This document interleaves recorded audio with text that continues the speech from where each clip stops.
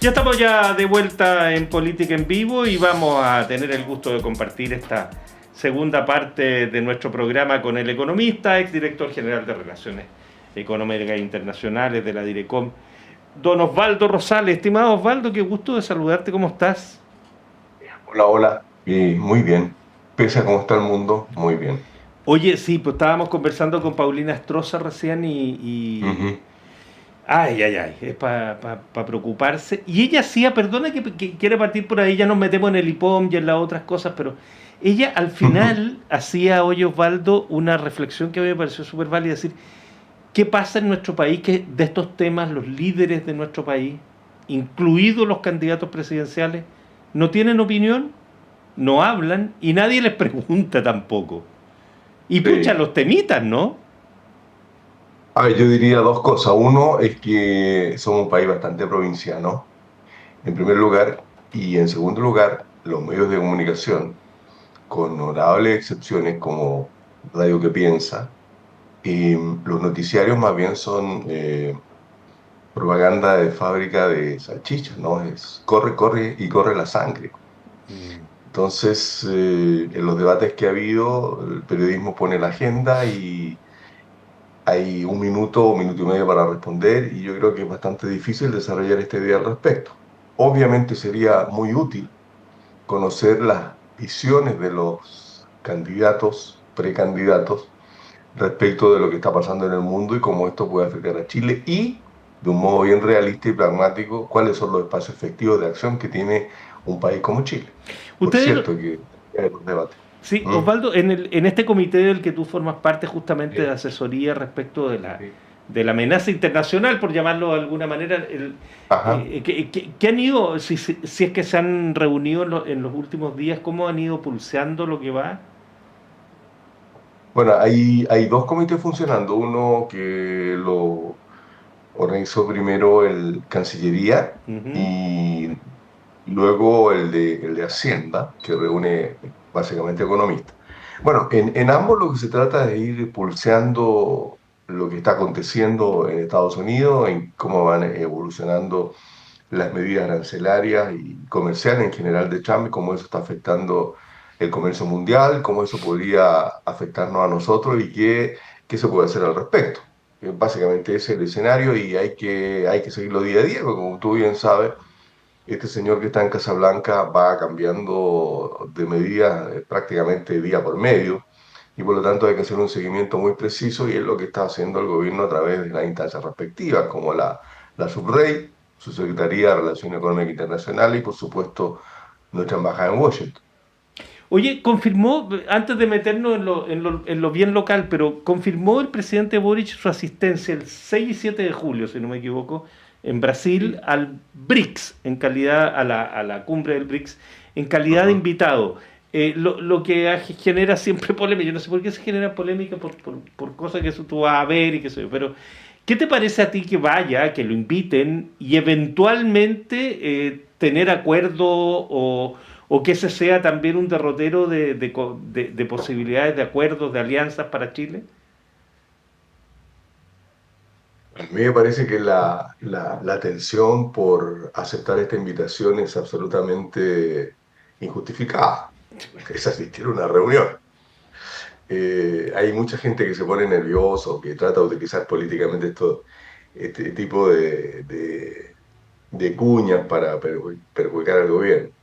Ahora, la decisión de entrar o no entrar, yo diría está en otro escenario, porque ahí la discusión básica que uno debe hacer de manera previa Ujú. es qué pretendemos al ingresar a una entidad como esa, cuáles son los beneficios, cuáles son los eventuales costos y cómo eso se inserta en una mirada estratégica de inserción internacional.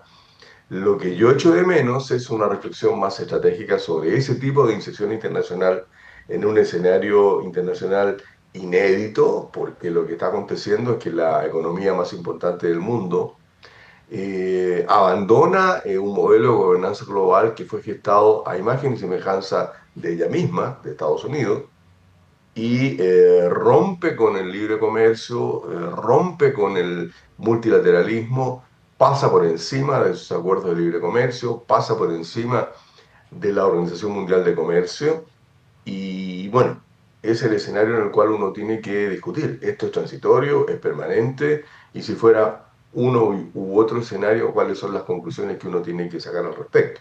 Está todo muy verde, está todo muy en ciernes apenas. Son muy pocos meses los que lleva Trump y parecieran años por la Sí. intensidad de lo que ha ido aconteciendo.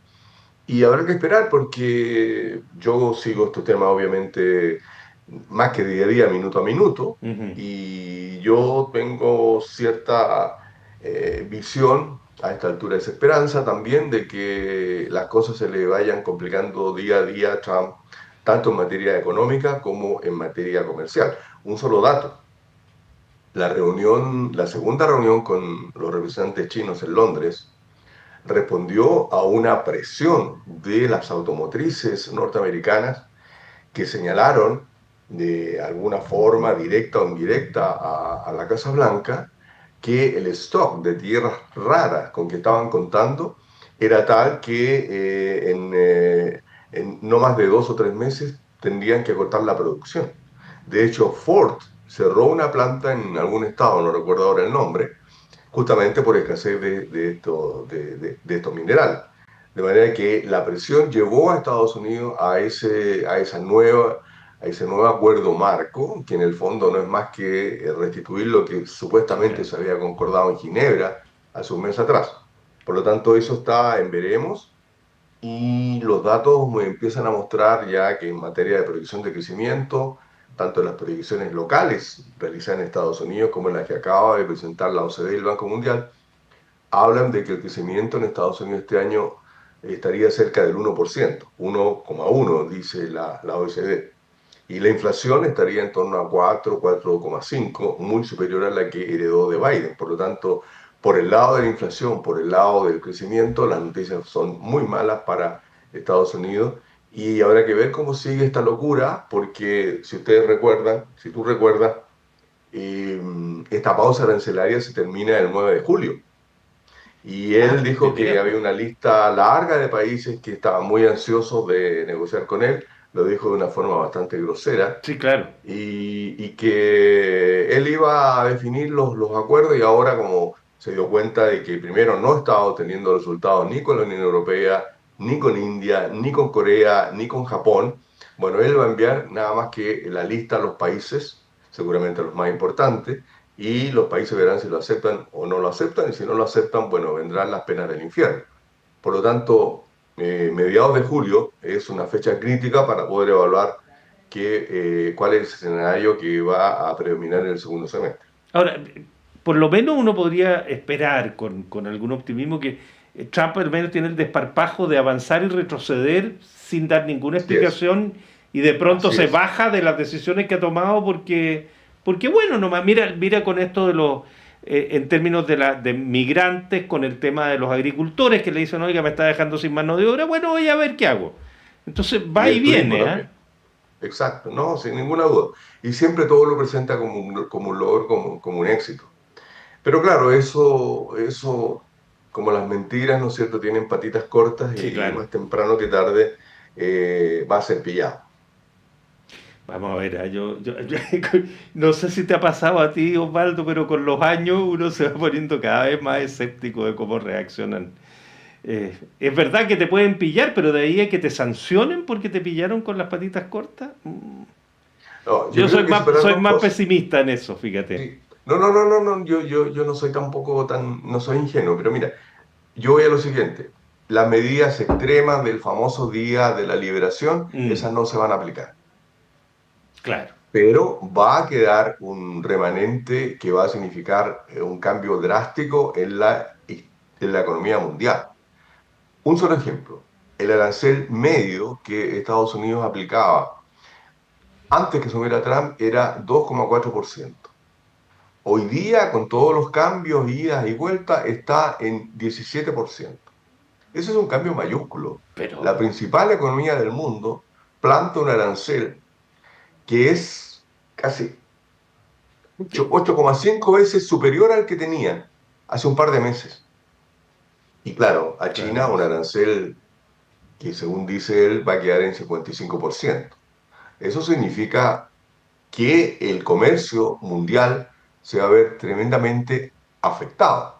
De hecho, también la OCDE señala en un informe de la semana pasada que el crecimiento del comercio mundial en lo que va de la década del 20 está creciendo a tasas inferiores al 3%, circunstancias que en la primera década de este siglo crecía a tasas de 5%, en la segunda 4%.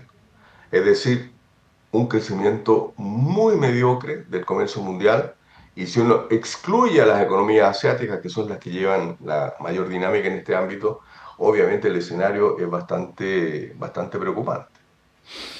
Metámonos en los datos económicos de nuestro país, Osvaldo, ¿te parece? Ok, Ayer tuvimos decisión de política Lipón, monetaria y hoy día el IPOM. Ayer fue lo de la tasa ¿perdón? ayer tuvimos la tasa de interés que la Sí, mantuvo el Banco Central, ¿no es cierto? La sí, dejó sí, tal cual claro. estaba. Y hoy día tuvimos el IPOM que Así es. a ojo de ignorante, como es el caso mío, se ve más bien positiva la perspectiva, ¿no? De lo que plantea para las condiciones en que estamos.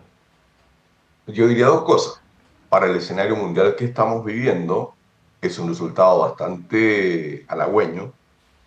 Y segundo, de nuevo, no tiene nada que ver con lo que transmiten los medios de comunicación dominantes. Este es una dialéctica permanente en que los Sí. titulares que uno lee, se transmiten a la televisión, tienen muy poco que ver con lo que la realidad viene mostrando. De hecho, lo que el IPOM señala es que en materia de crecimiento, el crecimiento viene subiendo y cada IPOM va subiendo la proyección de crecimiento para este año. De hecho, en diciembre se proyectaba un 2%, en marzo un 2,2% y ahora un 2,4%. Un 2,4% de crecimiento en el contexto que estamos mencionando, la verdad, no es nada de malo. Obviamente a uno le gustaría crecer 4 o 5, está bien, pero bueno, la vida es como es. Y en segundo lugar, la inversión, digamos la formación bruta de capital fijo, la inversión fija, mantiene cerca de un 4% de expansión en el primer trimestre. Y la proyección para el año es de un crecimiento de 3,7. Es decir, la inversión no está estancada, como leemos cotidianamente en los titulares del Mercurio de la Tercera. Más aún, el propio IPOM tiene un recuadro donde examina los principales proyectos mineros y energéticos y el catastro que realiza la Corporación de Bienes de Capital, que en el primer trimestre de este año detectó proyectos por 63 mil millones de dólares, lo cual significaba un alza de 10 mil millones de dólares respecto de lo que había en diciembre. Y en el servicio de evaluación de inversión ambiental hay 110 mil millones de dólares en evaluación. Y esto se trata de un récord desde el año 2002. Hay bastantes proyectos en hidrógeno verde. Sabemos que la evidencia internacional indica que estos proyectos demoran alrededor de 5 o 7 años, por lo tanto Ujú. los resultados no se van a ver ni este año ni en el próximo, pero se va avanzando. En tercer lugar, las exportaciones siguen arrastrando el carro del crecimiento, crecieron de manera importante el año pasado, 6,6%, y este año se estima que crecerían un 5,1%, pese a las restricciones en la exportación a Estados Unidos. Minería, frutas, pesca y alimentos podrían estar gatillando esa expansión. Y por último, el tema de inflación. Claro. La inflación se está ajustando al rango de política. De hecho, la llamada inflación subyacente, es decir, la que excluye los productos volátiles, tiene a mayo un guarismo de 3,6% en 12 meses. Y la expectativa de inflación a 2 años está convergiendo al 3%, que es la meta del Banco Central. Entonces, raya para la suma, tanto en materia de crecimiento del producto como de inversión, de inflación, de exportaciones, eh, el IPOM yo diría bastante positivo en lo que hace al balance de la economía chilena para el primer semestre y una buena proyección para el resto del año. Y concluyo con una frasecita que la rescato de un gran texto que envía Gonzalo Marner, que también es habitué de estos programas, Sí, claro. que llama la atención sobre ni más ni menos que sobre el mercurio. Perdona que insista tanto, pero hay que confrontar los datos con la ideología. Hace poco el Mercurio tituló Débil crecimiento económico prolonga estancamiento de recaudación tributaria. Por supuesto, el grueso de la gente se queda con el titular. ¿De qué estancamiento de recaudación tributaria estamos hablando? Resulta que el año anterior, 2024, la recaudación aumentó 18%. Mm. Entonces, que algo aumente 18% y se estanque, la verdad, tendríamos que volver a educación básica, ni siquiera secundaria, porque obviamente no me calza, ¿qué quieres que te diga? Entonces, ahí es una Y muestra sin más. reforma tributaria, impedida por el Exactamente, mundo derecha. exactamente. Y de hecho la recaudación alcanzó un 17,5% del producto, que es la mayor tasa desde el año 2002. Es decir, de nuevo, lamentablemente, los datos económicos siguen muy teñidos por la ideología y por la propia campaña política en que hay algunos medios en que están involucrados con bastante intensidad. Bueno, nunca han dejado de estarlo por lo demás, así que no. Así es. no, o Son muy consecuentes en eso. No, claro, los medios funcionan así. Y estamos en elecciones, además eso hace que se exacerbe Ujú. aún más el asunto. Bajo este prisma positivo en general, Osvaldo, ¿qué es lo que falta? ¿Dónde están los puntos que hay que reforzar para de verdad tener más certezas de avance, aparte de la incerteza absoluta que vivimos con el panorama internacional? Pero da la impresión en nuestro país, por ejemplo, en temas de empleo, en temas de crecimiento tendencial, en temas de inversión en tecnología, por dónde deberíamos encaminar algunos esfuerzos que nos permitieran avanzar un poquito más rápido? Mira, el hecho de que yo haga una síntesis del IPOM y tenga una visión relativamente positiva de lo que está aconteciendo, no significa que uno tenga que salir a la calle con bombo y No, con po, bandera a celebrar, ¿no es por cierto? supuesto que no. O sea, obviamente hay mucho por hacer, mucho por recorrer. Y en particular, y tú lo mencionas bien, particularmente frente al escenario internacional que estamos viviendo, se requeriría un esfuerzo de alianza público-privada con una mirada de mediano o largo plazo que permita abordar déficits estratégicos que seguimos teniendo. De nuevo, buenas noticias, pero que no deben nublarnos la perspectiva de que nos falta mucho en muchos ámbitos. Qué buenas noticias. El IMD, que es el Instituto Académico en Suiza, que realiza el ranking anual de competitividad, de nuevo hizo que Chile subiera 2 puntos en ese ranking de competitividad. Chile es el líder en competitividad en América Latina, superando a México y a Brasil, y obtiene su mejor ubicación desde el año 2019.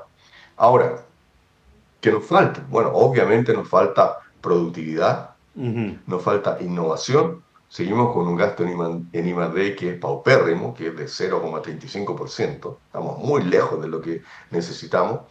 Tenemos un déficit importante en capacitación y tenemos también una urgente necesidad de diversificar nuestra base productiva y exportadora. Ya hemos diversificado bastante en términos de mercado, pero no lo hemos hecho en materia de producto y tampoco en términos de empresas que están exportando, porque el grueso de las exportaciones corresponde a muy pocas grandes empresas. Ahora, aquí entra de nuevo el debate político, y ojalá fuera un debate político en serio, Mm. de altura y con una mirada no dogmática de las experiencias internacionales, porque acá hay quienes dicen, mira, acá la forma de crecer es de regular, dejar que el mercado opere, bajar los impuestos y vendrá la inversión y el crecimiento per se. Y a partir de ahí, vía derrame, mejorarán los salarios, el empleo y todo aquello. Bueno, la evidencia empírica dice que esto es un chiste, que eso no ha operado ni en Estados Unidos, no ha operado en el Reino Unido, no ha operado en ninguna parte. Las experiencias exitosas muestran que ha habido una convergencia de esfuerzo, una mirada público-privada de mediano y largo plazo en torno a objetivos estratégicos, como nos dice esta economista Mariana Mazzucato, para invertir en esas nuevas tecnologías en algunos sectores con potencial competitivo, en una sólida alianza público-privada, y creo que eso es lo que falta. Lamentablemente el escenario político no es el más apropiado para eso, pero ojalá tuviéramos un diálogo un poquito más sereno y más riguroso en torno al examen de las opciones estratégicas que Chile tiene en ese sentido. Osvaldo Rosales, te queremos agradecer, como siempre, Osvaldo, tu gentileza y este tiempo que nos dedicas, particularmente a nuestras auditoras y auditores. Muchas gracias por Un ello. placer, un placer. Adiós. Nos Gracias. vemos, buenas noches. Ya pues nos vamos. Tania González y Fernando Sepúlveda han estado en la producción periodística, Patricio Núñez y Alexis Gaete en la puesta al aire. Faltan 3 minutos para las 8. Mañana seguimos conversando. Muchas gracias, buenas noches.